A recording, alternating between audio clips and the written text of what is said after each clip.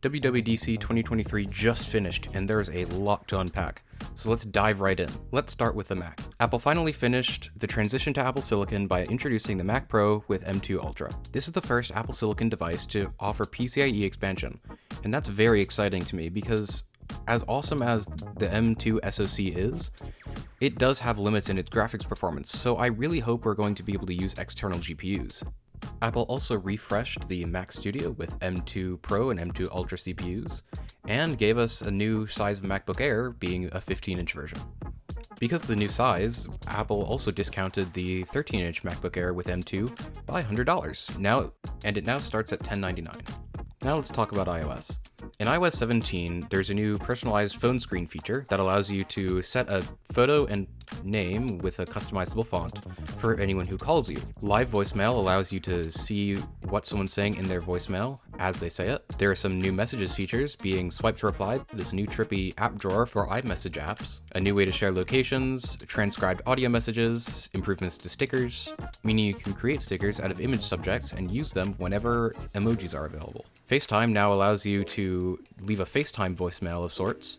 Reactions in FaceTime are now automated, so if you do a double thumbs up, it makes fireworks in your background, for example. FaceTime comes to the Apple TV using continuity camera on your iPhone or iPad. Standby is a new mode for the iPhone that allows it to act as a nightstand, kind of like your Apple Watch does.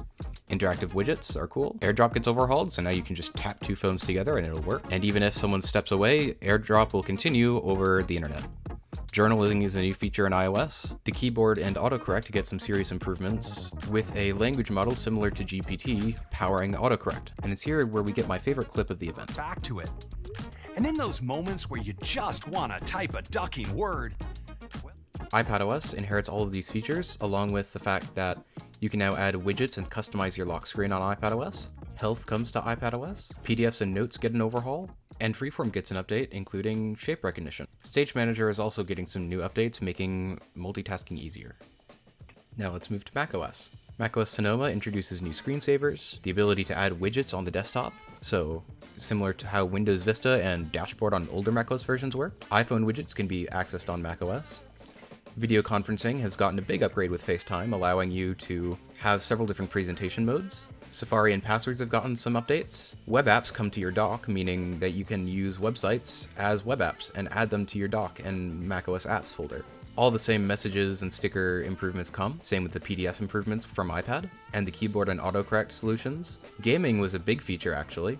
So Apple has introduced a new porting kit to allow developers to more easily port their games to Metal, which is their graphics API. Game mode has been introduced, meaning your gaming session will be prioritized by minimizing background tasks. And that's about it for macOS Sonoma. WatchOS gets some updates, the ability to activate Control Center from the side button, new widgets, and a few UI tweaks. That's about it though. And Apple's one more big thing today was their mixed reality headset, the Apple Vision Pro. Now I'm not going to get too in depth on this video with the Vision Pro. I'm going to make my own dedicated video to it, but long story short, it's expensive and extremely revolutionary in my opinion. So I'm really going to have to give this one its own video.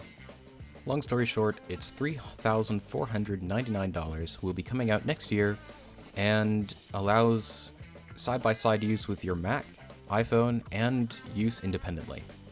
So that's about it for this video. I apologize for the low quality of the video, as I have been rushing to get this out the same day. It is currently 2 hours after WWDC ended, and I'm still editing, so hopefully I can get this out same day.